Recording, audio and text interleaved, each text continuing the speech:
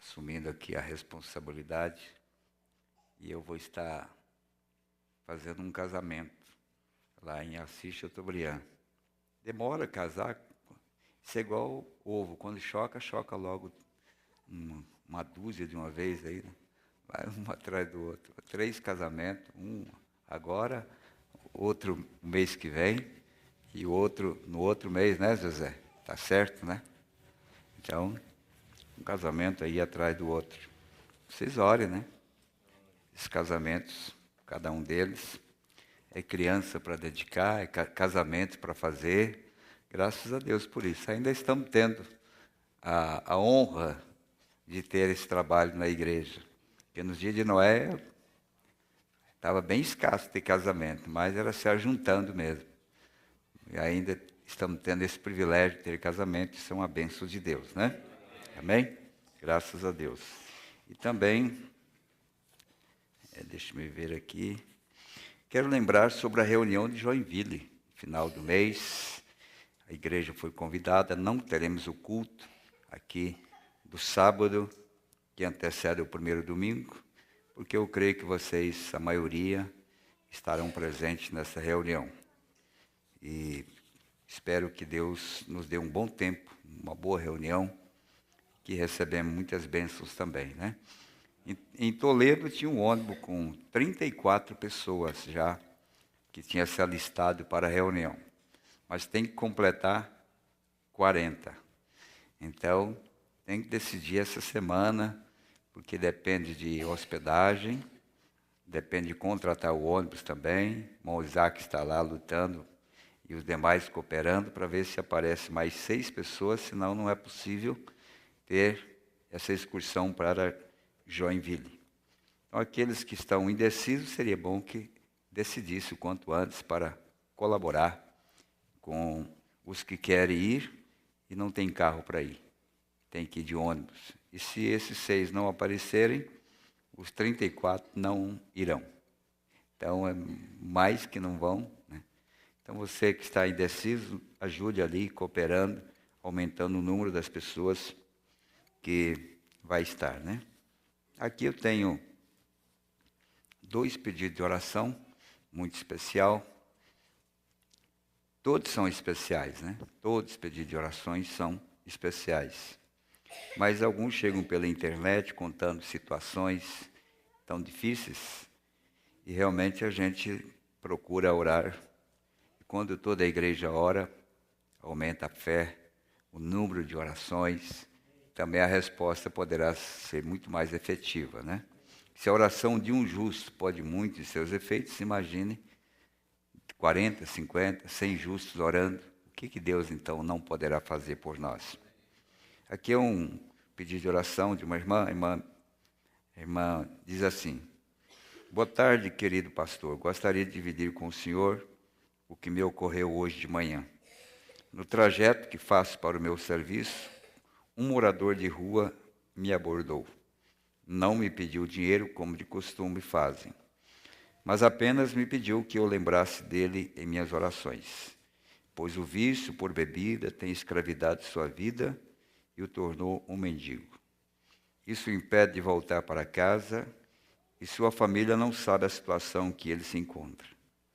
Por fim, perguntou se poderia cantar para mim. Ele cantou muito bem, era um trecho de um hino que eu não conhecia. Eu disse a ele que naquelas palavras que ele tinha cantado havia a resposta para o seu problema, pois falava da porta ainda estar aberta e que Jesus quer habitar em nossos corações.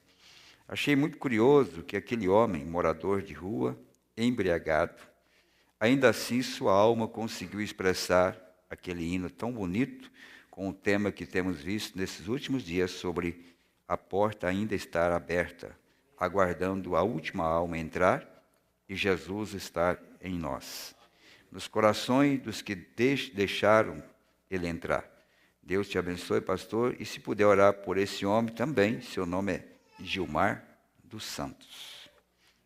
Eu vi uma reportagem sobre morador de rua na internet e qualquer ser humano, qualquer pessoa com senso humano, ele é comovido quando ele vê as histórias desses moradores de rua.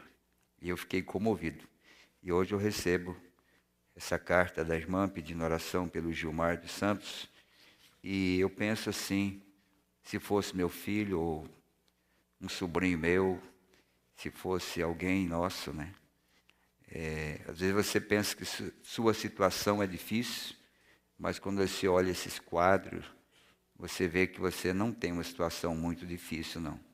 Existem pessoas com situações muito mais calamidade, dificuldade. E não só isso que eu vi, mas o que me comoveu foi a solidariedade que os moradores de rua têm uns com os outros. No nível mais baixo, no lugar mais íngreme, no lugar dormir em cima de papelão, debaixo das marquises, e a solidariedade que eles têm em repartir o pão com o outro que está ali. Eu realmente me comovi, sendo que nós crentes muitas vezes temos dificuldade de estender as mãos, dar carona para um irmão que não tem condição para vir da igreja, às vezes sentimos constrangidos, temos nossos filhos, nossa família. E vendo aquele quadro, eu me senti pequeno em saber o quanto eles têm esse apego de responsabilidade, né, de cooperação para uns para com os outros. E me trouxe uma grande lição, que nós aprendemos com essas coisas. Hoje nós temos boa casa, carro, comida à vontade, não temos um filho na rua, não temos uma pessoa querida nossa que a gente sabe nessa situação. Então, nós deveríamos ser mais gratos a Deus, né, por Deus ter olhado por nós e não ter permitido nós termos esse tipo de coisa para lamentar. Então, eu fiquei comovido e nós vamos orar, sinceramente, por o Gilmar dos Santos. Quem sabe? É a chance da vida dele. E quem sabe nós nunca mais o veremos aqui, mas e se do outro lado pudermos encontrar e saber que nós podemos ajudá-lo através da oração, né? Fazer uma caridade orando por ele, né? Aqui é outro pedido. Apareceu mais um aqui, oração também por moradora de rua, que anda aqui perto da igreja e pediu, seu nome é Josiane. Pediu para uma irmã, alguém que orasse por ela. Eu creio que Deus tem alguma coisa por detrás de tudo isso, né? Amém? Uma outra cartinha que chegou também, essa aqui do morador de rua foi a irmã Miriam que encontrou. Agora essa outra eu não vou citar o nome, eu não conheço, mas vou citar a sua história para que nós possamos orar por ela. Não sei nem como começar. Conheci a palavra do Senhor em 1998, vivi casada por 20 anos, sou professora há mais de 22 anos, tive um filho no qual sofri muito com a criação dele. O amava demais, e meu maior erro foi colocá-lo em primeiro lugar na minha vida. Após minha separação, houve muitos problemas com brigas, de divisões, de pouquíssimos bens que tínhamos. E já havia casado com outra. Resolveu fazer DNA de ele, o marido dela, né, já havia casado com outra. Resolveu fazer DNA de meu filho. Ele tem 18 anos de idade. Foi revoltante a ele, que até então era um excelente filho. Aos 17 anos estava na faculdade. Mas a partir dessa atitude do pai, ele começou a se envolver com amizades indevidas, vícios. Penso eu que em depressão. Eu, desde a separação, descobri o envolvimento de meu filho com álcool e droga e entrei em depressão e, a partir daí, remédios sobre remédios. Minha fé acabou. Já não sabia orar. Já não buscava Deus como deveria. E hoje está fazendo 63 dias que perdi meu único filho. Não sei o que fazer, dúvida sobre dúvida, não tenho mais razão de viver e me arrependo até mesmo em ter conhecido a palavra de Deus. Pois se eu não conhecesse, já teria tirado a minha vida. Acho-me covarde em viver uma vida em que estou vivendo e não acabo com a minha vida. Ajuda-me com a palavra, não de conforto, mas de chicoteadas mesmo, pois sei que estou errada, mas não tenho forças mais e mais nada. Obrigado. São situações calamitosas. Eu não conheço esta jovem, mas eu convidei ela que escutasse a nossa transmissão e que, se ela estiver me ouvindo, a igreja vai estar orando por ela. Eu sei que o primeiro nome dela é Elizabeth, né? E ofereci também livros, se ela desejar enviar o endereço para nós, enviar livros, que com certeza ela encontrará o caminho de volta e ela recuperará a força que ela precisa e tirará da cabeça esta grande investida do diabo, que é quando a pessoa pensa em tirar a sua própria vida. Esse pensamento não vem de Deus.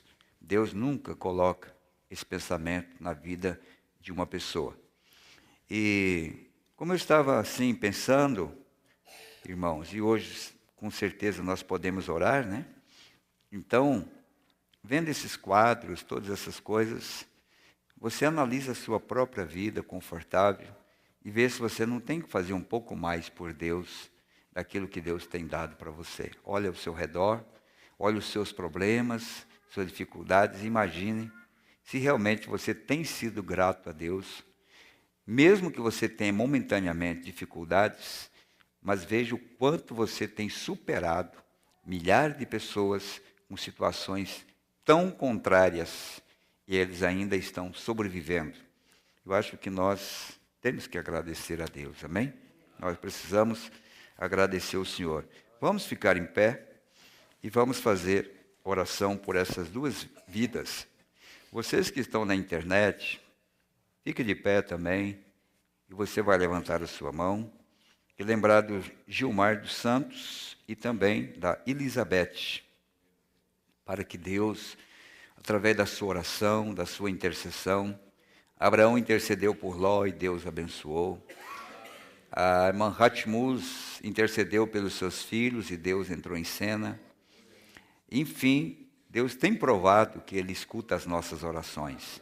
Vamos orar, vamos confiar no Senhor. Pai querido, aqui estamos dedicando este minuto de consideração, com nossos corações compungidos por essas vidas com caminhos tão tortuosos, difíceis, sabendo, Pai, que alguns passos desse caminho, se o Senhor não mudar, o homem não terá força por si mesmo.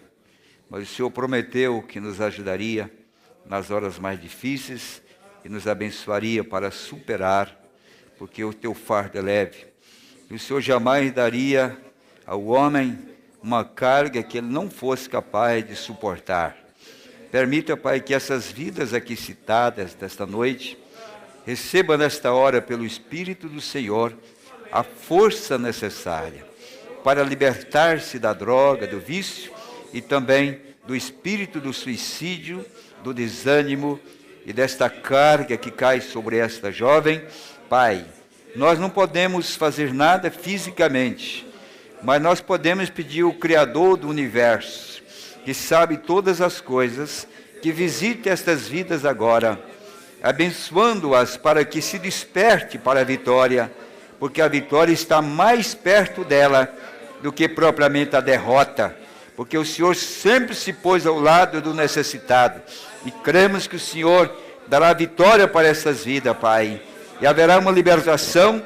E se nós não encontrarmos desse lado da vida, quem sabe naquele último instante, como ladrão da direita, o Senhor colocará alguém ali, Pai, porque eu não sei, Pai, se aquele arrependimento daquele ladrão da direita não foi a sua mulher, não foi o seu pai que orou tanto por ele e que eu não deixasse morrer sem uma oportunidade. E ali o Senhor em misericórdia estendeu as mãos, e quem sabe o Senhor estava ouvindo a oração de um pai, de uma mãe, de uma esposa, de um filho, porque o Senhor não perde uma batalha, pois nós colocamos diante de Ti, Pai, no nome do Senhor Jesus Cristo.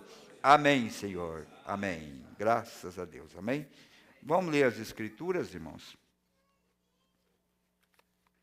Vamos ler as Escrituras. Eu quero trazer algo bem simples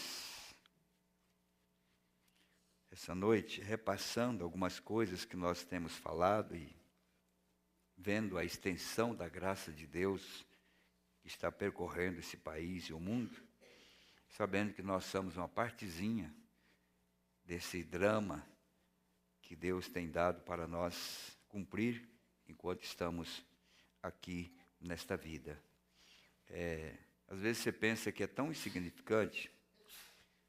Eu creio que é a mensagem, o selo da Páscoa. Você sabe como aquela mensagem, uma das grandes mensagens do profeta, você sabe como que o irmão Branham chegou a conhecer o que Deus queria que ele falasse naquele dia? Porque uma menina bateu na porta. Ele estava sozinho e ela entrou, a porta estava aberta, ela entrou e disse: irmão Branham, eu vim trazer aqui um pequeno cartão com o selo da Páscoa. Né? Aquilo ele tirou e pregou o selo da Páscoa. Então, às vezes, irmão, uma mensagem que você me cita, um parágrafo, como eu tenho recebido vários, né? É insignificante, quem sabe, para você. Mas o que isso pode ajudar tantas pessoas que nos ouvem. E não só isso, esses DVDs estão sendo duplicados, estão indo de mão em mão, está percorrendo vários lugares. Você chega em determinadas casas que você nunca esteve, você encontra ali uma pregação, uma mensagem que você pregou, que você nunca imaginou que aquilo chegaria ali. E as pessoas dizem: olha, eu fui tão abençoado, estava ouvindo tal coisa aqui, e eu fui abençoado com essa palavra.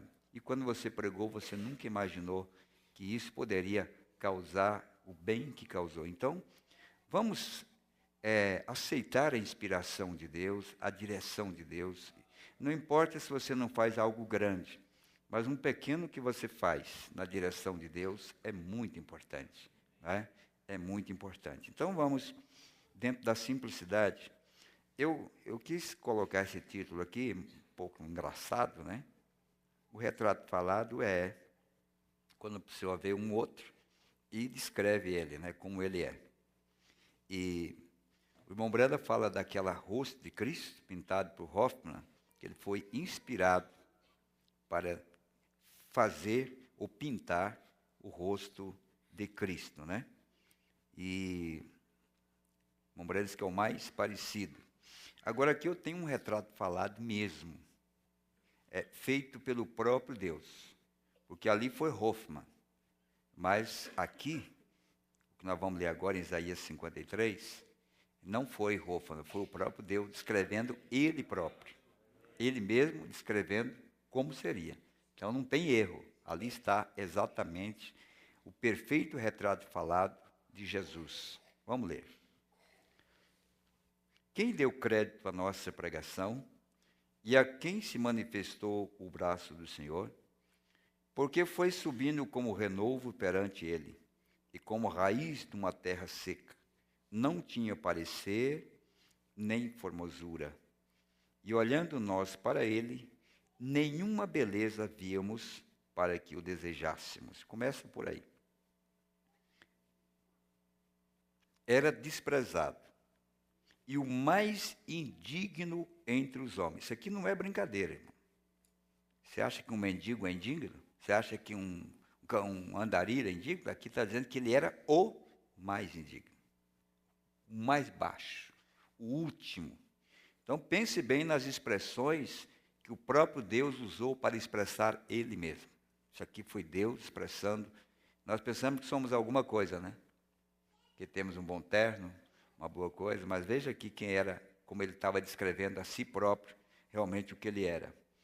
Era desprezado e o mais indigno entre os homens, homem de dores e experimentado nos trabalhos, e como um de quem os homens escondiam o rosto, era desprezado, e não fizemos dele caso algum. Verdadeiramente, ele tomou sobre si as nossas enfermidades, e as nossas dores levou sobre si. E nós o reputamos por aflito, ferido de Deus e oprimido. Mas ele foi ferido pelas nossas transgressões e moído pelas nossas iniquidades.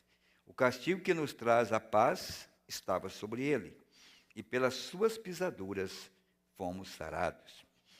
Todos nós andamos desgarrados como ovelhas, cada um se desviava pelo seu caminho, mas o Senhor fez cair sobre ele a iniquidade de nós todos. Ele foi oprimido, mas não abriu a sua boca. Como um cordeiro foi levado ao matadouro, e como a ovelha muda perante os seus tosqueadores, ele não abriu a sua boca. Da opressão e do juízo foi tirado. E quem contará o tempo da sua vida? Porquanto foi cortado da terra dos viventes, pela transgressão do meu povo foi ele atingido. E puseram a sua sepultura com os ímpios, e com o rico na sua morte, porquanto nunca fez injustiça, nem houve engano na sua boca.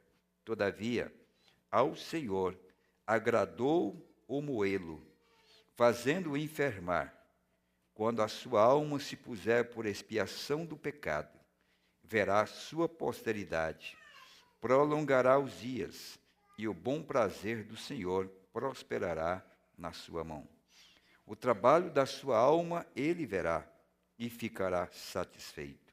Com o seu conhecimento, o meu servo, o justo, justificará a muitos, porque as iniquidades deles levará sobre si. Pelo que lhe darei a parte de muitos, e com os poderosos repartirá ele o despojo, porquanto derramou a sua alma na morte, e foi contado com os transgressores. Mas ele levou sobre si o pecado de muitos, e pelos transgressores intercede. Amado Jesus, quando nós olhamos verdadeiramente esse quadro no Espírito do Senhor, nós consideramos então, quem somos nós para merecermos ser lembrados por esse alguém que sofreu tudo, dando a sua própria vida, rejeitando a fama, a beleza, a prosperidade, a riqueza, deixando o trono de glória para habitar entre os andarilhos da terra, os mendigos e indignos sobre a face da terra, para abrir um caminho para que nós pudéssemos, então, ser ricos e termos o nosso lar eterno, a nossa vida eterna, Pai. Nesta noite, Jesus, esse é um quadro para nós. É um momento de meditação para vermos que a grandeza de Deus se projeta através de quadros que as pessoas até mesmo não querem olhar. É porque ali todos viraram o rosto para ele, porque não conheciam que através ou atrás daquele rosto sofrido de lágrimas havia um coração que jamais um ser humano até então pôde ter, porque era o próprio coração de Deus pulsando ali por amor aos pecadores e perdidos. Amado Jesus, eu estou aqui nesta noite como indigno, como também um andarilho pela terra, mas que foi encontrado para que eu pudesse ver a dignidade que o Senhor me deu em conhecer o perdão de meus pecados e conhecer o caminho que nos leva ao lar, o lar eterno. Obrigado, Senhor. Me ajude nesta noite a nunca ser um murmurador, a nunca ser um incontente, a nunca ser uma pessoa, Senhor, que não sabe ser grato a Deus. Mas para cada quadro que eu olho, como nós acabamos de ler, eu possa ver a grandeza de Deus e eu possa me sentir honrado em ser chamado para ser parte, Pai, desse povo maravilhoso que o Senhor tornou eles dignos através do sacrifício. Nos abençoe, Pai, e fortaleça a nossa fé. Nós queremos estar nesta noite com nosso coração inteiramente voltado para Deus, sabendo que o Senhor é merecedor da nossa oração, devoção, adoração. Aqui estamos para te servir e para dizer: eu te amo, Jesus. Eu quero seguir os teus passos. Eu quero estar contigo aonde o Senhor estiver. Eu quero inclinar o meu rosto nos teus seios, Senhor. Eu quero sentir o calor do teu corpo. E quando as horas amargas da vida abater a mim, e quando chegar ao rio da morte, que teremos que atravessar, eu quero ter a certeza de que esta mão misericordiosa tem me dirigido até a ponte que nos leva do outro lado ao porto seguro. Pai amado, nunca me deixe olhar para trás com um olhar de revolta.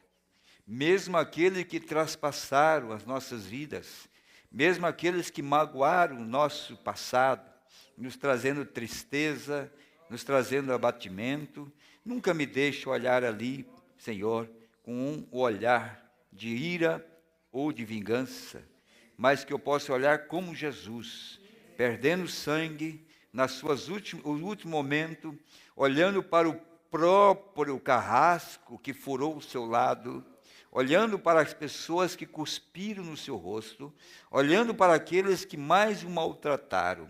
Não havia no seu semblante qualquer tipo de semblante de ódio ou de vingança, porque nesta hora mais dura e amarga, esse ser olhou para os seus acusadores e disse: Pai, perdoa-lhes, porque não sabem o que faz.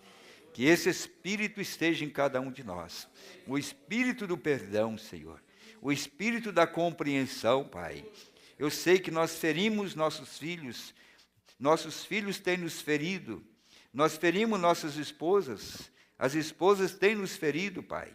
Nós ferimos nossos pais, nós temos ferido irmãos e irmãs, Senhor, mas permita nesta hora que a única vingança que há em nós era a mesma que havia em Cristo Jesus, quando disse: não impute-lhe esses pecados, Pai. Assim como a irmã Meda contraiu aquele cisto, Senhor, que tornou-se uma doença terrível, e quando o seu marido, de ter sofrido aquela agressão, aquela incompreensão, aquele momento difícil em que ela estava passando, e ele não levou em consideração, mas quando ele foi lá orar, Pai, interceder por ela, ele somente, Pai, lhe contou as coisas boas que a sua esposa lhe fazia, e intercedeu por ela, porque o poder da intercessão está no marido pela esposa, está na esposa pelo marido, está no pai pelos filhos, está no filho pelos pais. Vemos isso em toda a mensagem que o Senhor trouxe para nós, Pai. E ali, quando ele estava buscando e intercedendo, o anjo do Senhor veio aonde ele estava e disse: o que você falar, isto acontecerá. Oh Deus, nos dê essa força nesta hora, Pai, de uma oração poderosa, que aquilo que nós pedirmos possa acontecer, Pai, num coração intercessório, um coração quebrantado. E quando ele então tinha nas mãos o poder, ele disse: antes que o médico coloque o bisturi para operar a minha esposa, que aquele mal saia daquele corpo. Senhor, isto aconteceu exatamente porque ele sabia orar, ele sabia interceder, Pai. E eu peço nesta noite, Jesus, que as nossas orações pelas madrugadas, nos dias de jejuns, Pai, na igreja, sejam orações ungidas pelo Senhor, para que ela possa trazer um efeito benéfico na vida daqueles a quem nós estamos pedindo, Pai. No nome de Jesus, nós te pedimos, Pai, e confiamos que o Senhor nos ajudará a encarar daqui para frente com um novo ser, uma nova vida, um novo caminhar. A nossa atitude será outra, nosso testemunho será outro, Pai. Que aqui, depois que o Espírito Santo tem descido entre nós, que as barreiras separatórias, que as muralhas que cresceram entre nós, que as encrencas que houve entre nós, Senhor, que as murmurações que houve entre nós, que todas essas muralhas caiam por terra, Pai, e que haja em nós, em cada um de nós, o Espírito de Cristo, para olhar e ver que o Senhor está expressando no teu povo, na humildade, na simplicidade. Estamos vivendo dias maravilhosos, Pai. Eu não quero voltar ao que eu era antes, mas eu quero ser melhor do que eu sou nessa noite. Quero caminhar nesta luz gloriosa, até ver em mim mesmo o caráter pleno de Cristo. Como nós olhamos para um espelho e vemos a nós mesmos, eu quero olhar na tua palavra e ver a mim mesmo ali, Pai, vivendo esta palavra. No nome de Jesus, nos encaminhe para isto e nos abençoe esta hora, para a glória de Deus. Amém. Pode se assentar, irmãos. Vocês que me ouvem pela internet, que têm também orado por nós, ontem nós tivemos um programa, né? Tivemos um programa abençoado, nossa transmissão. Quero lembrar que nós estamos procurando trazer para a igreja, nesses últimos dias, o verdadeiro Espírito de Cristo, para compreender que nesse Espírito de Cristo não há motivo para revanche, para polêmica, mas um espírito de adoração sincera diante de Deus. E mesmo que nós não entendemos aquilo que Deus faz, porque aqui nós vemos tudo o que foi falado sobre Jesus, tudo o que poderia ser esse homem, por dentro e por fora. E mesmo assim, essa máscara que ele usou, escondia tudo que a Bíblia tinha falado dele, e as pessoas não percebiam que ali estava Deus, velado numa carne humana. Agora nós notamos que se tudo isso que foi escrito dele, prometido que ele seria, ainda não foi visto, será que o mundo irá ver Deus em mim e Deus em você? Se tudo isso não ser conforme prometido, que nele habitou a plenitude da divindade, não foi parte. Em nós habita parte da divindade, mas nele estava a plenitude da divindade, e com tudo isso, o povo não puderam enxergar além da aparência, além do véu. Eles não puderam, e o profeta disse, mesmo quando o véu do templo rasgou-se de alto a baixo, olha que tremendo mistério. O véu se rasgando no templo, literalmente falando, e no entanto os próprios sacerdotes não puderam entender que estava de trás ali o verdadeiro Cordeiro. Então nós pensamos que nós vamos convencer as pessoas que Cristo está em nós. Quem somos nós? Que somos apenas vermes, como disse o profeta? Como nós vamos convencer as pessoas? Nós temos que compreender. Por isso Jesus, ele compreendeu as pessoas ao seu lado. Por as pessoas não puderam ver quem ele é, mas ele tinha verdadeiramente uma compreensão. Eles não sabem, eles não conseguem enxergar. E tudo que Deus tem feito é para mostrar ele em mim, em você. Mas mesmo assim, tem sido difícil as pessoas enxergar Deus no outro, Deus no homem, Deus na mulher. Então, o que está acontecendo conosco, aqui em Curitiba, no nosso povo, ou pelo mundo afora, com certeza será incompreensível da maioria dos telespectadores, né, dos seguidores, da maioria. Porque se nós fizermos um balanço das pessoas que viveram com o irmão Branham durante o seu ministério, entre o ano 1930 até 1965, quantas pessoas sobraram que creram verdadeiramente que Deus estava ali trabalhando em um vaso e aquilo era o plano de Deus para salvar o homem? Quantos? Muitos conviveram com aquilo. Basta você ler as mensagens do irmão Branham depois de 63. Até 1963, eram multidões. Por todos os lados havia pessoas que admiravam. Ele não podia caminhar na rua. Havia lugares que ele não podia entrar no auditório para pregar. Ele tinha que entrar por alguma janela, porque o povo queria, ele era o homem, ele era o grande pregador. Mas depois de 63, o grupo verdadeiro, ele diminuiu. As pessoas que seguiam já não podiam ver mais nele aquilo que via antes. Quando o próprio Cristo se revelou, ele tornou-se mais escondido ainda. ele tornou-se mais difícil de ver aonde ele estava, porque aqui nós vemos que esse Cristo, prometido nas Escrituras, veja as qualidades que ele tinha, o mais indigno, não é? Não havia beleza nele, tudo isso era para camuflar, isso era para guardar de trás deste véu o poderoso Deus, que somente a semente eleita poderia compreender, e esta chama do Espírito poderia atingir aquela semente e ela reconhecer que ali estava Deus em forma de homem. Será que nós vamos provar para as pessoas que realmente Deus está em nós? Nós temos que suportar a crítica. Foi na crucificação de Jesus, foi na morte de Jesus, que foi liberado o Espírito Santo para que voltasse sobre a igreja. Nenhum de nós aqui tem aguentado alguém cuspir em você, ou alguém já passou por isso. Mas lembra-se que quando Jesus estava sendo crucificado, ou sendo levado, as pessoas cuspiam nele, ou não cuspiam. Não é verdade? Agora, depois de Jesus, que nós temos conhecimento na história, qual é o homem que foi cuspido?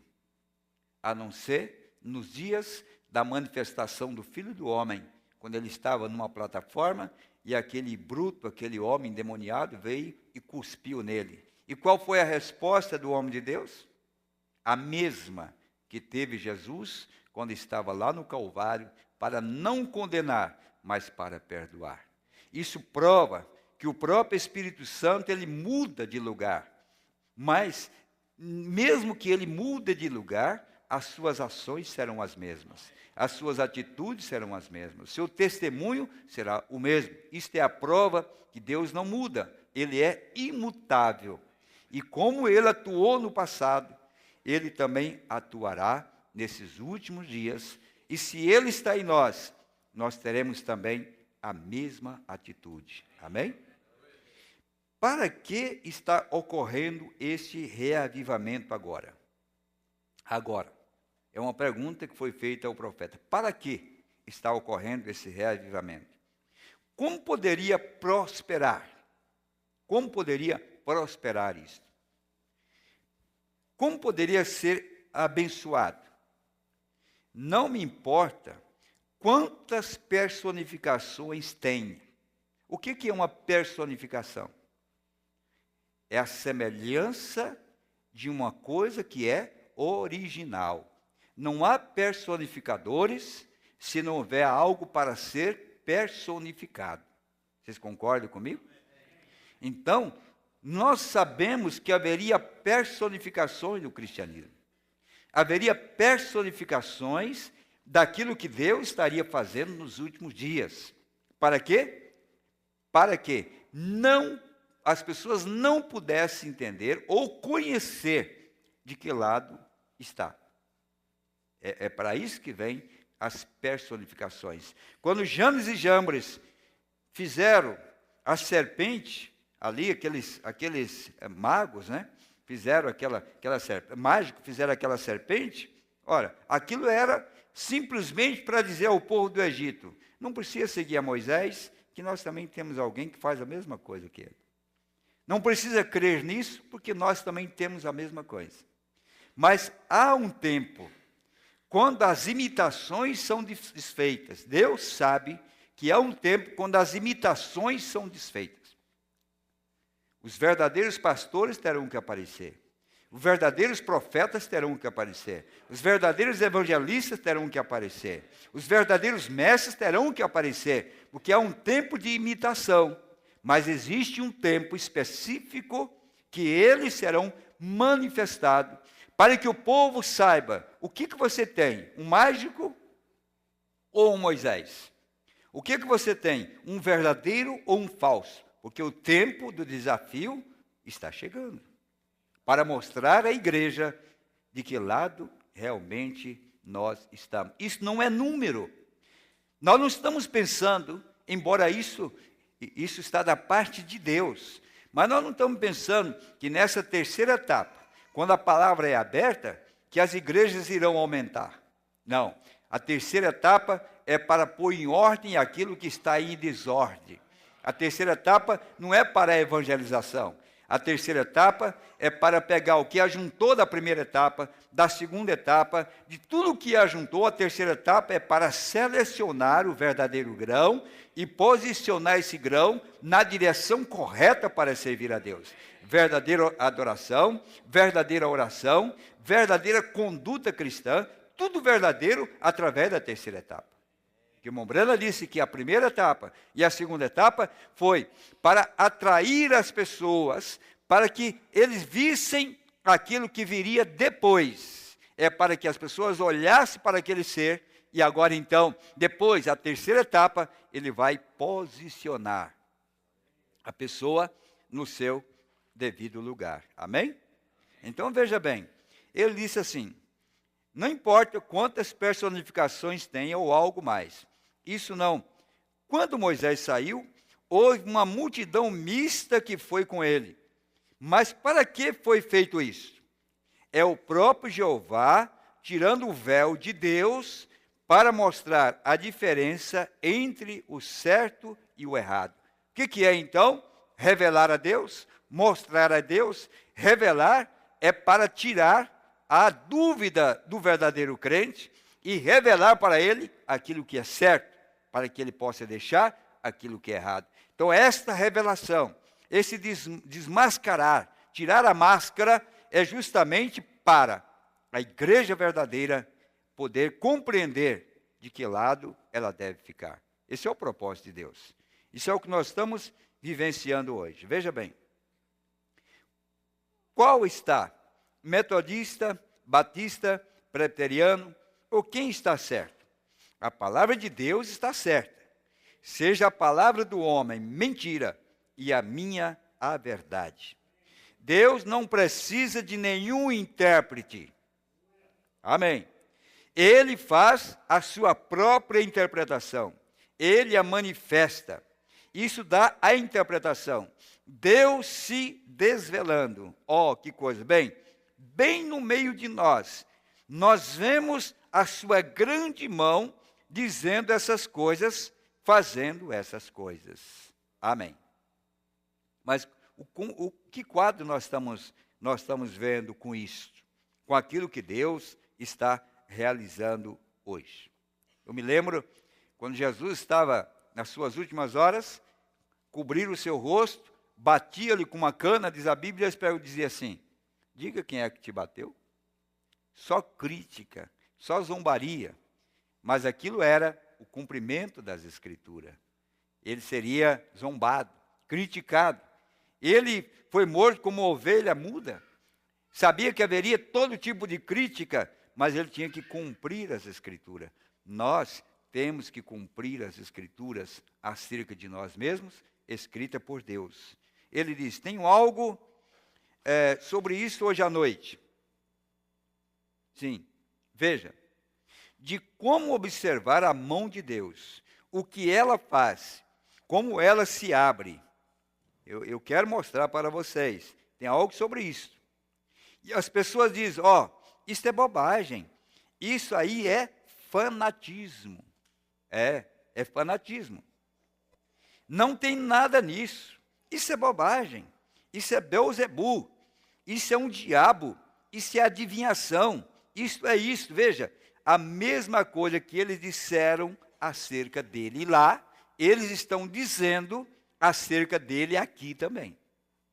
Porque assim como esse homem, que não tinha aparência, não tinha beleza, quando ele muda de véu, porque ele esteve num véu chamado Jesus, e depois ele usa um véu, através do Espírito Santo, ele usou 7 véus, não é? Através das 7 eras da igreja, 7 véus, no qual ele estava escondido.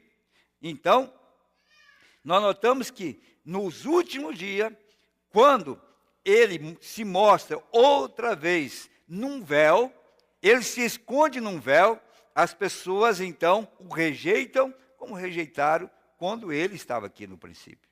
Eles não podem compreender o que está por detrás. Ó igreja, se essa fita for para fora, não pode ver ministros do Evangelho. Não só crentes, ministros do Evangelho. Não pode ver onde vocês estão vivendo. Aonde? Qual é o estágio da vida que nós estamos vivendo hoje? Aonde nós estamos? Não pode ver a hora em que estamos? Não pode compreender a hora que nós estamos? Deus mostrando-se, pondo de lado. Olhe, ele tomou aquele véu do templo e o rasgou em pedaços para que eles pudessem ver Deus bem à vista. E eles estavam cegos demais para verem isto. Ele tem feito a mesma coisa hoje, colocando a sua palavra diretamente na frente. O que ele prometeu, cada promessa na palavra, pondo-se bem diante de nós, bem à vista. Mas estão vendo? Não é a palavra? Ou qual é o véu que ele está usando? Quantas pessoas que tiveram problema com Josué, porque dizia, mas nós cremos em Moisés. Nós cremos em Moisés. Não, você tem que saber a fase em que Deus está trabalhando hoje. Eu creio no irmão Brana. O irmão Brana viveu há 50 anos atrás. Nós estamos agora chegando em 2015, a completar 50 anos, eu creio, que ele viveu. Ele viveu a sua fase, ele viveu o seu tempo. Mas aonde está agora Deus escondido? Porque para estar escondido, ele tem que estar revelado em simplicidade. Aonde está Deus, então?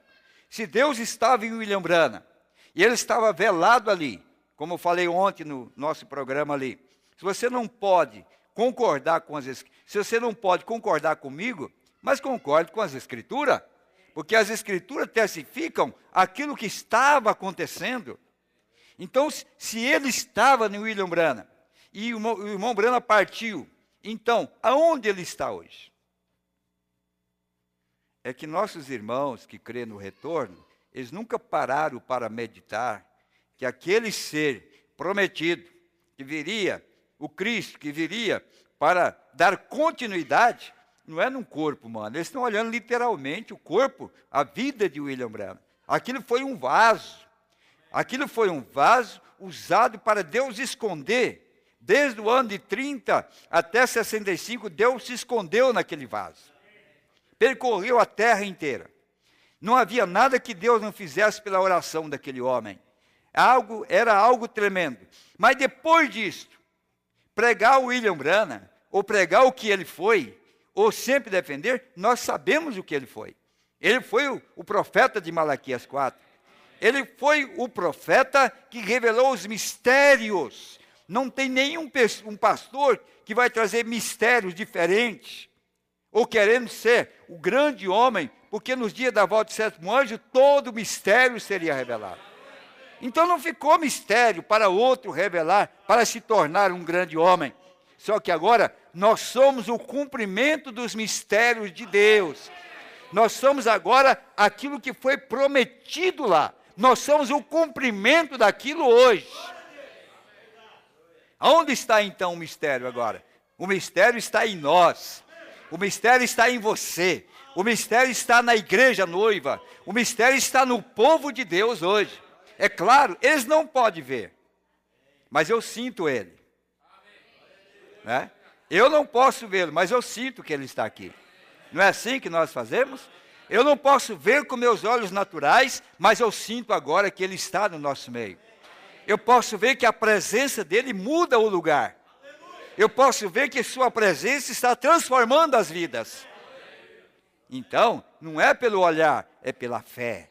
Ele está escondido para o incrédulo, mas está revelado para o verdadeiro crente, que não está olhando o véu, mas está olhando o que está atrás do véu. Então Deus se escondeu do mundo, o mundo não me verá mais. Então não adianta você querer mostrar ele para o mundo. Jesus o mesmo, Jesus Cristo é o mesmo ontem, hoje, eternamente. Ele voltou, o Espírito desceu, a palavra se encarnou. ele disse que o mundo não vai ver isso mais. O mundo não pode ver isso mais. Ele disse, mas vós me vereis. Por que nós o veremos? É porque ele disse, porque eu estarei em vós. Como que você pode ter ele e não saber que você tem ele? Como que ele vai esconder de mim se ele está dentro de mim? Ele muda meus hábitos, ele muda meu olhar, ele muda meus passos, ele muda a minha palavra, ele muda minhas atitudes, ele muda a minha maneira de ver meus adversários, ele muda a minha maneira de ver o mundo aí fora, ele muda meus desejos, ele muda toda a minha vida. Então você pode não ver ele em mim, mas eu sei que ele está em mim, porque eu sei que a minha vida foi mudada. Como é que você pode provar isso? Irmão Moreira, você não pode provar para o pecador, porque por mais que você queira provar, ele jamais poderá ver um palmo adiante do seu nariz. Mas você mesmo, sabe, mas eu sei que ele está dentro de mim. Porque o incrédulo, ele quer vista, ele quer prova, ele quer manusear aquilo. E o profeta diz, essas coisas não podem ser feitas assim. Mas você sabe que você está carregando ele dentro de você. Amém? Olha, veja bem. Sabe o que a igreja gentílica faz? A mesma coisa que a igreja judaica fez. Cegos demais para verem isso. Santidade? Qual era o judeu que era pego em adultério, irmão? Eles eram extremamente... Se você lê a história dos fariseus e dos saduceus, você tem vergonha de que você é. Porque se for por obras, e se for por uma vida bonita, uma vida santa, você vai para o inferno e eles vão para o céu. Porque eles têm uma vida maravilhosa. Mas o profeta diz, sepulcros caiados, dentro daqueles vasos que por fora estavam demonstrando limpeza, pureza, sinceridade na palavra, sinceridade da mensagem, mas dentro, debaixo daquela catacumba ali, está ossos de homens que foram mortos por eles, destruidores de pisarem na palavra de Deus, por serem cegos. Agora, se essa cegueira fosse trazida por Deus, havia ainda uma esperança, porque a cegueira dos judeus foi Deus que cegou eles, para que eu e você pudesse estar aqui nessa noite, conhecendo quem Ele é. Mas essa cegueira que está vindo no povo agora, não vem de Deus. Paulo diz que o Deus dessa era maligna cegou o entendimento dos incrédulos. O que é incrédulo? É você não ver o que Deus está fazendo hoje. Porque o que Deus vai fazer amanhã, Malafaia também está pregando. O que Deus fez ontem, os adventistas sétimo dias também estão pregando. O que vai ser a eternidade, quem sabe mais do que nós. Conhecer essas coisas, sabe mais do que nós. Mas, para saber aquilo que Deus está fazendo hoje, é só para uma raça, para uma semente, para um povo especial, que Ele preordenou para isso. Ele não vai deixar nós enganados. Ele sabe como chegar a nós. Amém. Ele sabe como fazer para chegar a nós. Mas ele disse, olha, isso é tudo. Estará nos corações deles exatamente como estava naquele dia. Note, morte. Ficar longe disso agora, diz o profeta. Ficar longe daquilo que Deus está fazendo hoje é morte. Você tem que entrar nisso através desse véu ou não entrará. Como Deus podia ter misericórdia deles? Mas lembre-se do que foi. Esse Deus está manifestando aquilo que estava atrás daquele véu. Observa o que estava atrás do véu. A palavra. O que ele velou? A palavra. Que foi isso? Ela estava na arca. O que é os selos? É toda a Bíblia. O que é toda a Bíblia? É Jesus Cristo. O que é os selos? É Jesus Cristo. Porque Ele é a palavra. Então ele disse. Então Deus, o que Ele velou? A palavra. Ela estava ali. Era a palavra que aquele véu escondia. Vê? Jesus era aquela palavra. E Ele é aquela palavra. E o véu de sua carne a escondia. Amém. O véu de sua carne escondia. Quem que está escondendo Cristo agora? Você tem que agir como Ele, viver como Ele, falar como Ele. Você não precisa ficar irritado.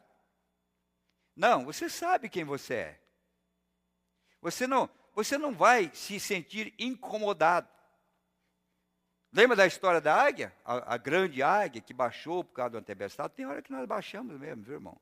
Tempestade vem e você é uma águia, mas você vai ter que baixar lá, esperar a tempestade. E a águia, na hora da tribulação, a águia velha desceu. Talvez não deu tempo ela voar mais alto. Ela desceu e ficou lá, esperando a tempestade. Sabe quem apareceu lá? O irmão esquilo. O irmão esquilo chegou lá. Olha o tamanho do esquilinho, desse tamanhozinho, você já viu? Você já deve ter visto em algum filme? O esquilo é desse tamanho, tem mais rabo do que corpo. Né? E, no entanto, a velha águia estava ali, porque tinha descido a tempestade, porque, irmão, quando há um problema com nós, é motivo de crítica, é motivo de zombaria. Quando a águia baixou, é claro que o esquilo achou motivo para criticar ela. Falou, você é tão grande, você não disse que você tem que voar aos céus. Cadê? Você não disse que está vivendo nas alturas. Você não está dizendo que os mistérios foram revelados. Você deveria estar raptado. Você deveria já estar no milênio. Você deveria já estar do outro lado. O esquilo ficou lá dizendo assim, você não deveria estar lá em cima, irmã águia? Você não anda pregando que você não vive na terra, que você é dos ares, que você é águia e tal. Sabe o que o profeta disse? Que aquela águia só olhava para ele assim, fazia de conta que nem havia esquilo. Porque ela sabia, ela conhecia a sua estrutura. Ela pensava assim, olha, coitado desse esquilo. Se eu pegar esse esquilo aqui, ele não vive 5 segundos na minha mão. Se eu pego um animal aí, como uma corça, e levanto nas minhas garras, não vou pegar um esquilo, né? Mas ele chirriava e gritava. O profeta disse que a águia só olhava de lado, assim, não respondia nada. Não respondia nada. Isso é a mesma coisa da internet. Deixa os esquilos chirriar. Deixa eles falar, irmão. Entende? O importante é ser águia. O importante é ser águia. Deixa os esquilos falar. Deixa eles criticar. Deixa eles zombar. Fica lá. Aí o profeta diz que enquanto o esquilo chirriava, o sol começou a brilhar. O novo dia chegou. Porque havia uma tempestade que tinha escurecido o tempo e a águia foi obrigada a descer. Mas o profeta disse que quando ele estava chirriando e a velha águia molhada, olhando para o esquilo, ele disse que de repente um raio de sol começou a cortar aquela tempestade e foi exatamente onde estava aquela águia e começou a secar a pena dela. E de repente ela sentiu que aquelas gotas de água começou a ir-se, e o profeta disse que ela só esticava as asas assim. Ela estava só dizendo para o esquilo, olha o tamanho das minhas asas, você acha que eu vou me incomodar com você? Olha aqui, ó. Você acha? Você não vive mais do que pulando de galho em galho, comendo broca aí que sobra dessas árvores. Eu não, eu sei onde tem carne fresca. Eu sei onde eu posso alimentar para sustentar o meu corpo. E o profeta diz que ela nem se incomodou. A igreja deveria estar repousada hoje, sem se incomodar com o barulho. Deixa que fale. Nós estamos seguros. A tempestade vai passar. Viu? A tempestade vai passar. Agora, quando a tempestade passar, eu vou continuar sendo uma águia igual. E o esquilo, mesmo que a tempestade vai passar, ele vai continuar sendo um esquilo igual. Ele não vai sair dali. Ele não vai mudar nada na vida dele. Mas nós entramos na tempestade como águia e saímos da tempestade também como águia. Esta é a promessa de Deus para nós. Amém? Agora, e hoje, o véu de tradição esconde a palavra de novo, dizendo, ela não é assim, mas ela é assim. Deus está testificando dela, fazendo-lhe brilhar tanto quanto o sol diante de todos, e eles falham em vê-la. Deus, sê misericordioso para conosco. Amém. Eles não querem ver. O que nós vamos fazer? Eles não querem ver. Porque a Bíblia está se desvelando para nós, mostrando o que é que Deus está fazendo hoje. Onde é que Deus está se escondendo hoje? Em tipo, Moisés, vindo da presença de Deus, com a palavra de Deus para aquela era. Agora observe, estamos agora em Êxodo 19. Não perca isto agora, Êxodo 19.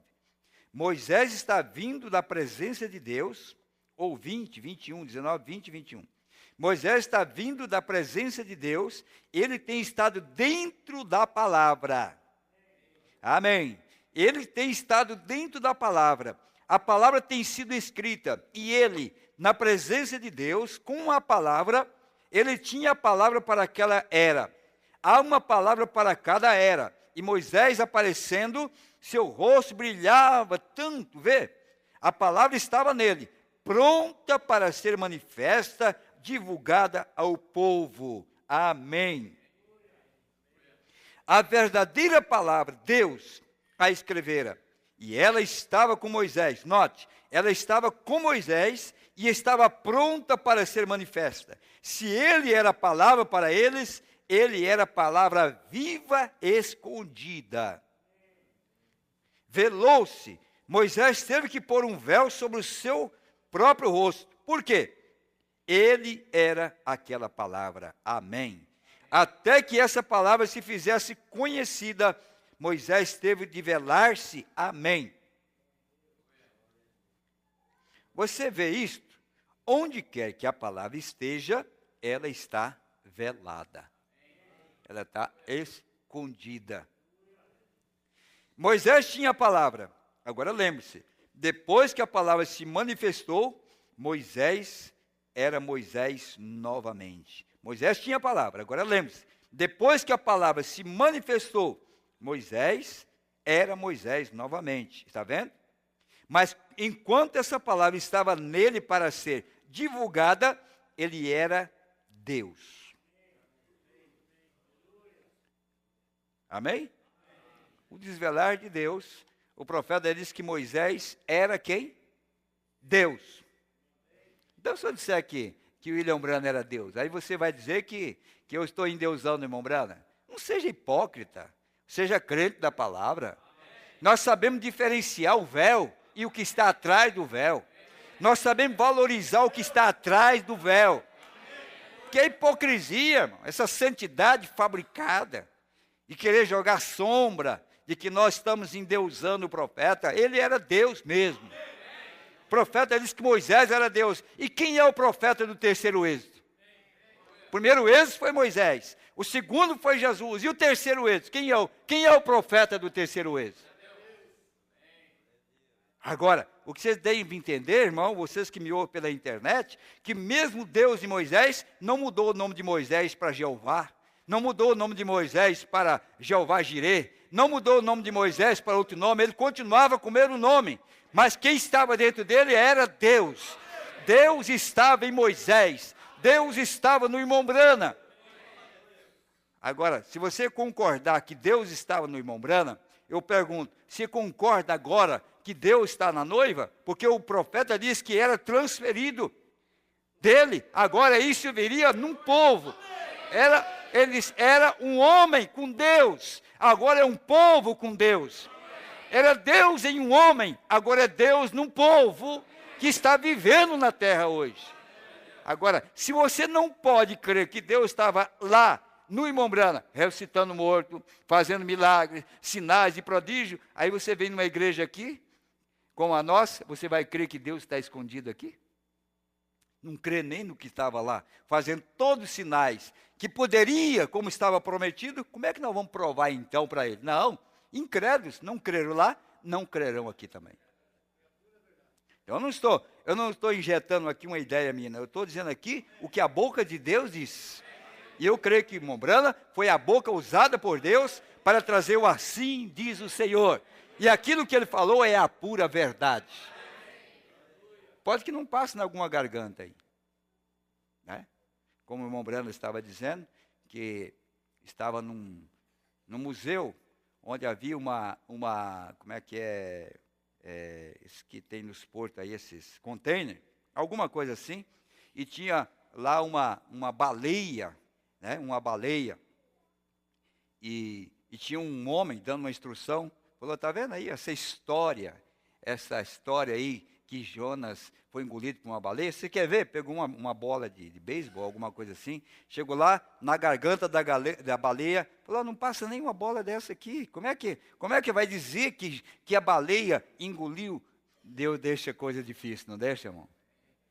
Deus faz coisa para os incrédulos enterrar até o último fio de cabelo na terra.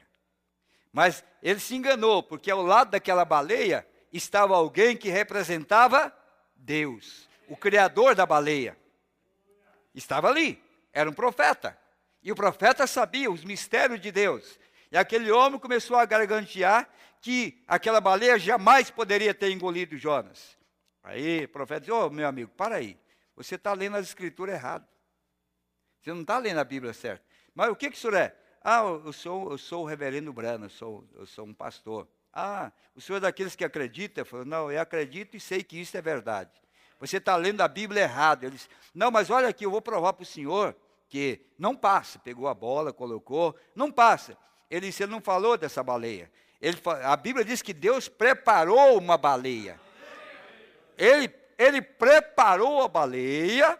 O que quer dizer isso? Para o incrédulo, é uma baleia comum, mas para o crente é uma baleia preparada por Deus. Olha como eles quebram a cara. Mas o eleito, eles têm uma saída, eles sabem, porque Deus revela para ele. Aí ele disse, então, meu amigo, vai lá e lê a Bíblia. Ele disse que a Bíblia diz que Deus preparou, em outras palavras. Ele chamou a baleia, vem cá, eu vou abrir tua garganta aqui, ó. Eu vou fazer um espaço aqui, eu vou te construir diferente aqui, porque você tem uma missão para cumprir na terra. Você vai transportar o meu servo. Deus preparou aquela baleia. Amém?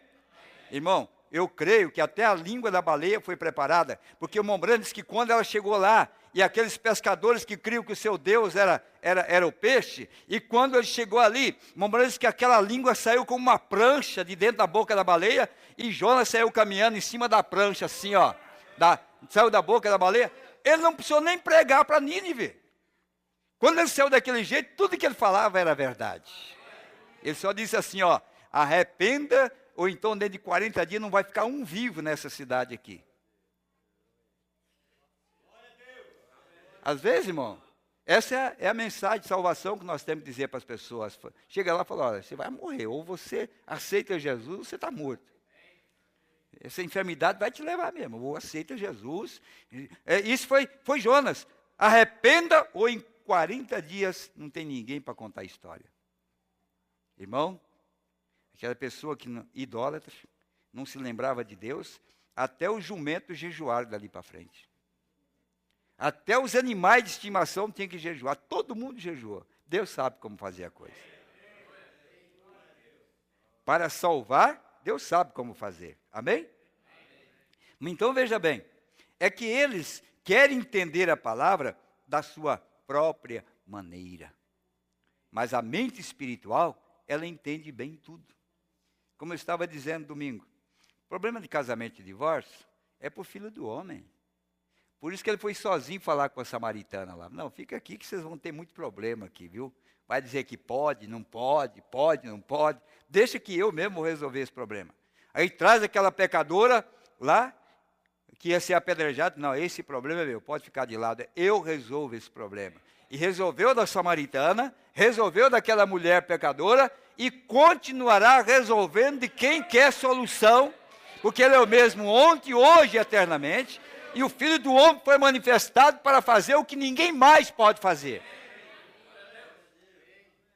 Basta nós aceitar que isso é o cumprimento da promessa de Deus, amém?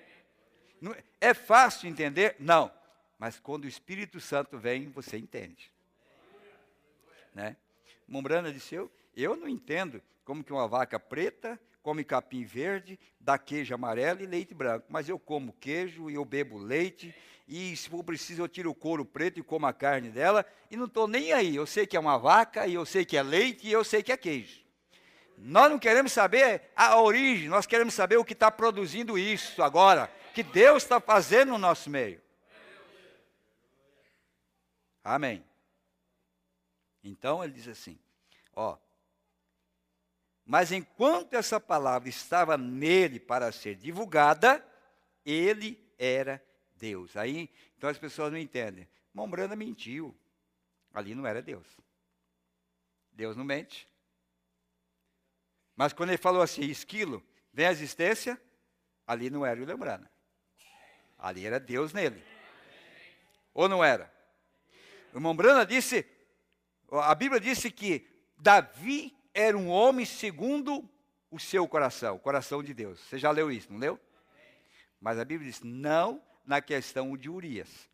Ali Deus não estava naquele coração, não. Os erros que o irmão Branham teve, Deus não estava ali, não. Mas tem que estar escrito para mostrar os dois lados. Porque senão os problemas de Davi não poderiam ser registrados ali. Mas Deus deixou como o quê? Deixou como Bíblia, deixou como mensagem para nós, mostrando para nós que nós não somos capazes, somos um vaso também sujeito ao pecado como ele, mas Deus sempre abre uma válvula para nós, Deus dá uma oportunidade para nós e nós alcançamos a vitória. Então, quando é que o irmão Branham era Deus? Quando a palavra estava nele. Quando a palavra estava nele. O profeta diz aqui, ó, veja bem, mas enquanto essa palavra estava nele para ser divulgada, ele era Deus. Bem, ele não era mais Moisés. Ele não era mais Moisés. Então quem que ele era? Ele era Deus. Ele tinha a palavra do Senhor para aquela era. Quem tinha a palavra do Senhor para a nossa era? Então era quem que estava falando conosco. Por isso quando você duvida da mensagem de irmão Branham, você duvida de Deus. Não é, William Branham? O homem, com a cultura que ele tinha, com o estudo que ele tinha, jamais poderia pregar as profundezas de Deus. Jamais um homem comum poderia revelar o mistério da semente da serpente, irmão. Irmão Branham foi lá no embrião do diabo, onde ele começou, lá no Jardim do Éden. O irmão Branham, através do Espírito Santo, voltou nas profundezas de Satanás, estudou o embrião, o DNA de Satanás, e ele diagnosticou e trouxe para nós a evidência de que Caim não era filho de Adão, Caim era filho de uma serpente, de um animal. Nenhum teólogo, nenhum estudioso, jamais em todo o mundo, desde o Gênesis, jamais alguém poderia trazer algo como isto. Mas Deus proveu para nós. Deus proveu para nós. Hoje nós estamos caminhando no meio de serpentes. Está casando serpente com filho de Deus. Está casando filho de Deus com serpente. Ainda acontece isso hoje, como aconteceu no Éden. Agora, eles querem endireitar a semente de Caim. Eles querem converter a semente de Caim. Eles querem endireitar a semente de Caim. Não. Jesus encontrou essa semente de Caim 4.000 anos depois, em João capítulo 8, Jesus encontrou e é o mesmo demônio, é o mesmo diabo, é o mesmo ódio, é a mesma vingança. Mas lá também, Deus encontrou a semente eleita, parecendo uma semente errada, como a samaritana. Quem olhava para a samaritana, não dava nada por ela. Jesus olhou e disse, olha, você é uma semente de Abraão. Debaixo de quê? De uma vida errada, de uma vida de pecado, de uma vida caída, e olhou para aquele fariseu, aquele sacerdote, aquele pregador, muito polido, muito bem adestrado, olhou para ele e disse, e eu vejo que você, seu pai, é o diabo. Quem que ia querer um Jesus desse? Caminhar com um Jesus desse? Um homem chama a coisa limpa de suja, e a coisa suja de limpa. Parece que é um paradoxo. Parece que não funciona. É porque a mente carnal jamais captará a mente de Deus. Por isso Deus teve que trazer a mente dele. Paulo disse, porque nós temos a mente de Cristo. Deus colocou a sua mente em nós. Nós não discutimos com a Bíblia. Nós não discutimos com a mensagem. Nós cremos porque aquele que escreveu a mensagem agora foi transferido para nós. Aquele que estava na Bíblia, agora está em nós. Nós concordamos com a palavra de Deus.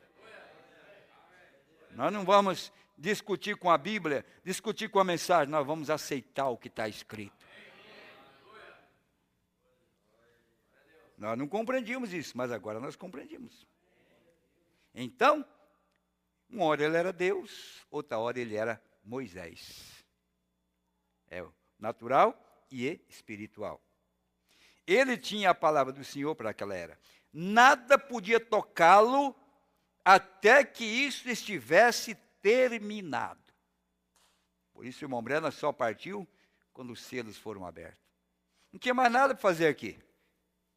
Você pensa que o irmão Brana tem que voltar? O irmão Brana disse aqui, ó, nada podia tocá-lo até que isso estivesse terminado. Irmão Brana, Deus terminou com ele. Deus terminou o ministério, o que ele tinha que fazer. Naquele vaso, ele terminou e disse, agora eu vou levar para o lar. Eu vou levar para o descanso. Porque agora já cumpriu, está terminado. Qual é o ministério agora? Ele está nela. Porque a função desse mensageiro era trazer esse Cristo e, através disto, injetar ele na igreja. Esconder de novo, né? Escondeu de novo. Você sabe como, vocês que da roça, sabe? Muitas vezes você vê um corgozinho aqui, ele entra aqui no chão e desaparece. Aí você sai caminhando. Você chega lá embaixo, você vê ele nasce lá de novo. Está lá de novo. Assim é, 50 anos passaram. Parece que não havia nada. Agora aparece de novo. Aquilo que estava lá aparece de novo com o mesmo poder, a mesma glória. Agora ele nela, velado. Agora, o que era o William Branham na revelação dos selos, no seu dia, para os seus amigos? Não era nada mais do que um homem desviado da verdade. O irmão Branham disse, eu tenho a história do Lindsay, um dos grandes pregadores da época do irmão Branham, disse, irmão Branham foi um homem muito usado por Deus, muito abençoado na cura divina, mas ele se desviou no final do seu ministério.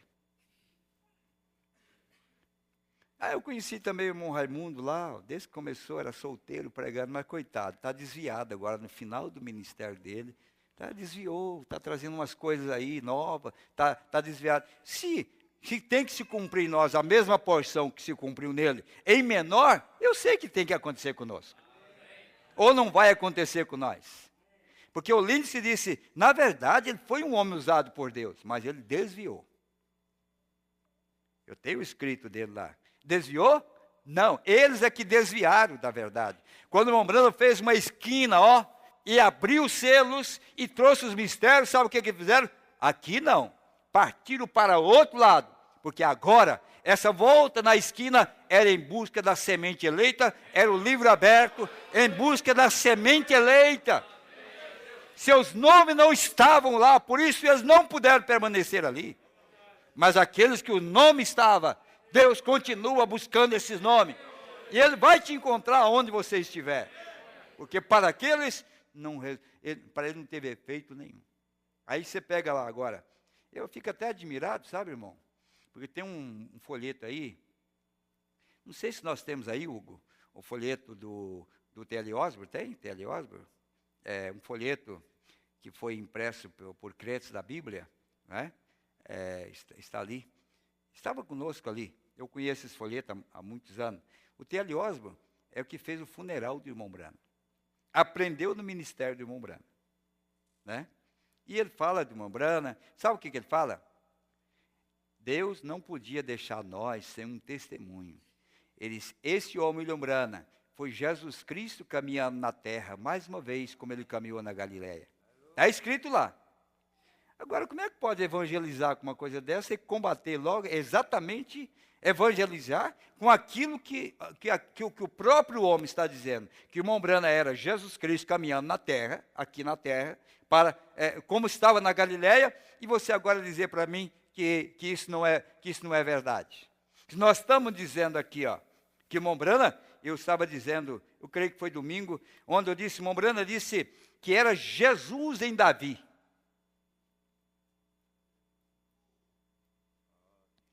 Agora é claro, uma baleia comum não passa mesmo não. Tem que ser uma baleia preparada por Deus. Porque numa baleia comum, engasga até com uma pequena lambari. Mas se é uma baleia preparada por Deus, pode descer Jonas inteiro aí.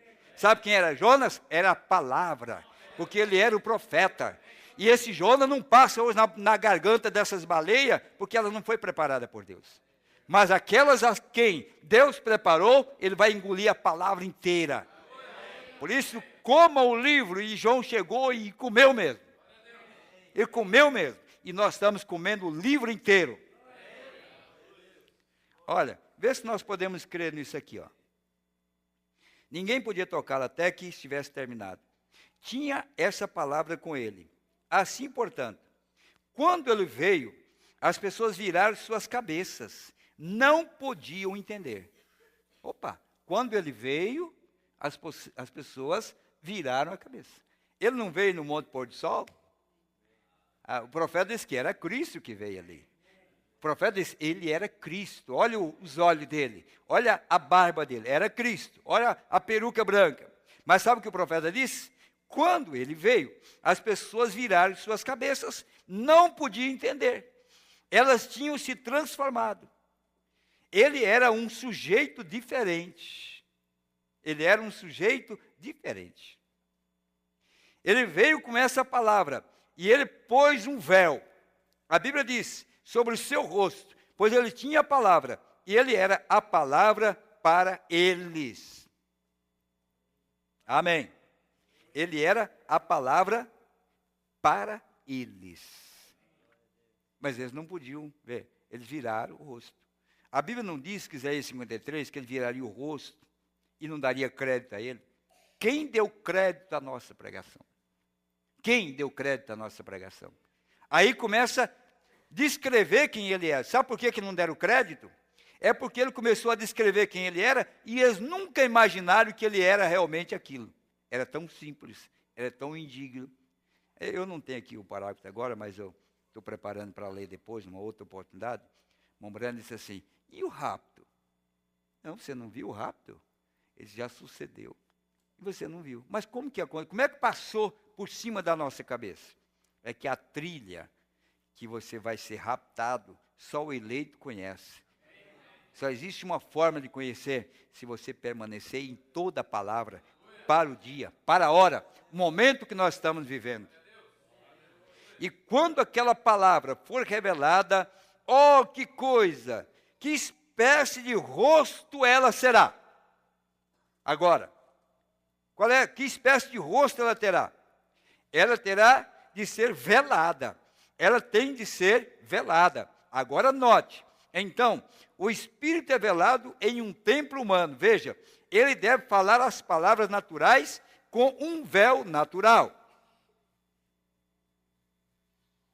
Amém. Ah, irmão. É difícil crer, mas é a verdade. Nicodemo disse assim, eu sei que o senhor é um homem vindo de Deus, porque o que o senhor faz, nenhum homem natural pode fazer. Aí Jesus falou, esse homem é espiritual. Aí ele disse, Nicodemos, quem não nascer de novo não pode ver o reino de Deus. Ele disse, eu entrar no ventre da minha mãe e nascer de novo? Jesus disse, misericórdia. Eu pensei que era tão espiritual esse homem, vendo os sinais, admirando tudo. Quando eu trago a palavra para ele, ele sai com uma dessa para mim. Nicodemos, você é um homem velho, tu é mestre em Israel. Sabe o que eu penso? É muitos mestres que nós temos hoje, chamados mestres da mensagem. Nicodemos, né? Mestre. Sabe por que é mestre? Mestre por anos de mensagem, carteirinha de mensagem. Mais experiência e conhecimento na revelação do Espírito negativo, ele não tinha nada, mas ele era mestre em Israel. Jesus disse que ele era mestre. Ele pertencia aos mestres de Israel. Estudava a Bíblia. Ele era um grande teólogo, mas ele não conhecia nada. Jesus começou dando uma sopinha para ele, dizendo assim, Nicodemos, é assim, tem que nascer de novo. Ele disse, nunca vi uma mensagem como essa, por isso que o Mombrano era tipologista. Como é que isso vai pregar para mim que eu tenho que entrar no ventre da minha mãe e nascer de novo? Jesus disse, você não entende nada. Você não entende nada. Agora, o véu natural, Deus, a palavra velada em carne humana. O que foi isso? Deus estava velado em Moisés. Deus estava em Moisés velado. E a presença de Deus estava nele. Ele estava tão perfeito com aquela palavra, assim nele, até que ele teve que velar a sua face. E foi um profeta vindicado que expôs a palavra e lhe disse: não farás imagem de escultura e assim por diante. Por quê? Porque ele tinha a palavra dentro dele. Amém.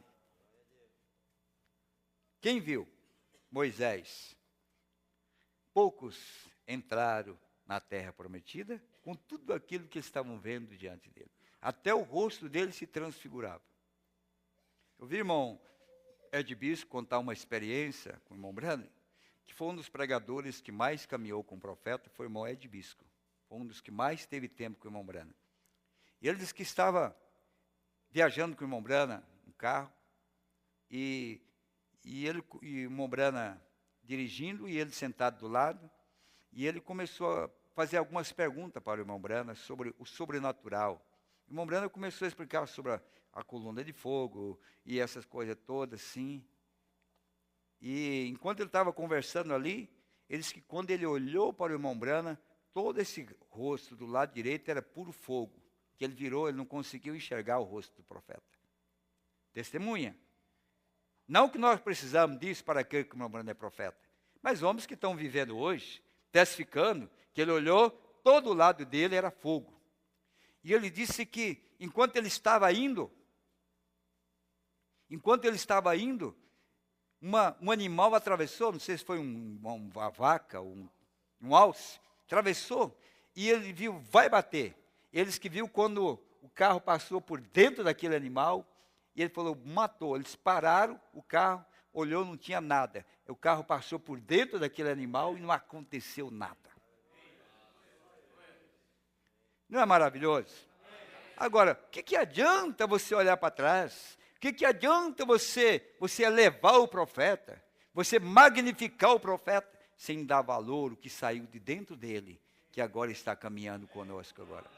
Isso está acontecendo conosco, que é o resultado daquilo que estava dentro dele, voltando para a igreja agora. Tomando o seu devido lugar. Deus, mais uma vez, se escondendo em véus de carne, escondendo na simplicidade. Não temos aparência, mas não importa. O importante é que somos a eleição de Deus para manifestar esse Deus agora, nesses últimos dias. Vamos ficar em pé. Amém? É maravilhoso, irmão. Aguente as críticas, não importa. Você é a escolhida. Você é o escolhido. Ele não escolheu nós pela beleza. Ele nos escolheu por sua eleição divina.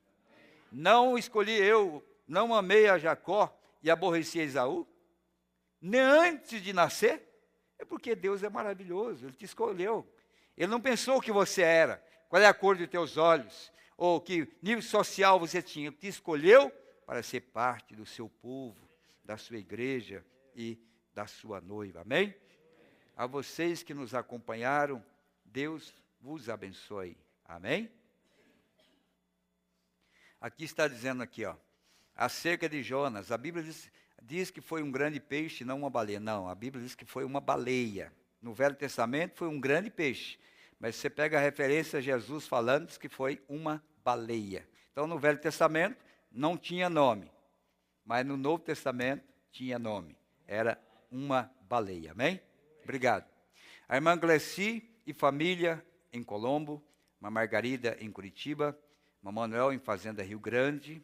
A irmã Lindalva em Guaíra. Irmão Juraci e família em Londrina. Tacuana, Mateus e Thalia, Pato Branco. Ivandro, Amanda e Matias em Pato Branco. Mandez em Pinhais. Mandafne, Milene e Maria Vitória em São José dos Pinhais. Irmão Misael e irmão Eduardo em São José dos Pinhais. Irmão Heloísa e irmão Pablo em São José dos Pinhais. Irmão Ademir e família em Toledo. Irmão Jair, Ivanete, Milena e Gabriel. Irmã Maria e Noemi. Irmão Valmir Mussolim, Wesley e família. todos em Toledo. Irmão Sandro e família em Veracruz do Oeste. Irmão Aparecida e irmã Zilda em Cosmópolis. A irmã Cida em Ferraz de Vasconcelos. Irmão Edivaldo e família em Itapevi.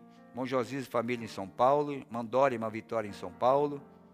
Irmã Ana e irmão Antônio em Valinhos. Irmão Eliseu Vargas em Mussum. Irmã Rosana em Novo Hamburgo. Irmã Ellen em São Leopoldo. Irmã Margarete, irmã Sabrina em São Leopoldo. Irmão Alodi Cardoso em Camboriú. Irmão João Gomes em Camboriú. Irmão Hélio e família em Florianópolis. Irmão Eliseu e Marina em Joinville. Irmão Gilberto e família em Juiz de Fora. Irmã Helenice, irmã Eliana, Elazir e Ângela em Sabará, Minas Gerais. Irmão Geraldo em Santa Luzia, Minas Gerais. Irmão Elifas e Mônica em Macaé. Irmã Maria da Glória em Rio das Ostras. Irmão Wesley em Rio de Janeiro. Irmã Leia e irmã Tereza em Ibatiba. Irmão Marcos, Maia e família também nos acompanharam. Amém? Vamos orar, vamos agradecer a Deus. Sábado, se o Senhor permitir, com certeza Deus terá mais uma grande porção da sua palavra destinada àqueles que aqui vierem e àqueles que nos ouvirem através da internet. E lembre-se de que às 5 horas da manhã ou pelas madrugadas nós estamos orando, estamos jejuando e colocando os seus pedidos diante de Deus. Não só hoje, mas todos os dias estamos lembrando de todos os pedidos que chegam até aqui e esperamos que Deus responda essas orações e abençoe os necessitados. Pai Celestial, nós te agradecemos por essa oportunidade. Falamos muito nesta noite, Pai, e é tão bom falar do teu amor, falar da tua palavra e reviver momentos tão graciosos como o Senhor prometeu, estando aqui na terra, e que agora está sendo vivenciado por um povo que também tem sido chamado pelo Senhor para dar continuidade à promessa de Deus para esta hora maravilhosa que nós estamos vivendo, Pai. Te damos graças pela igreja, pelo povo que nos ouvem, Pai. Não são sábios, nem inteligentes, mas são pessoas simples e humildes, que têm aceitado os conselhos de Deus e a direção do Espírito Santo para conhecer esta hora tão importante da igreja na qual estamos atravessando.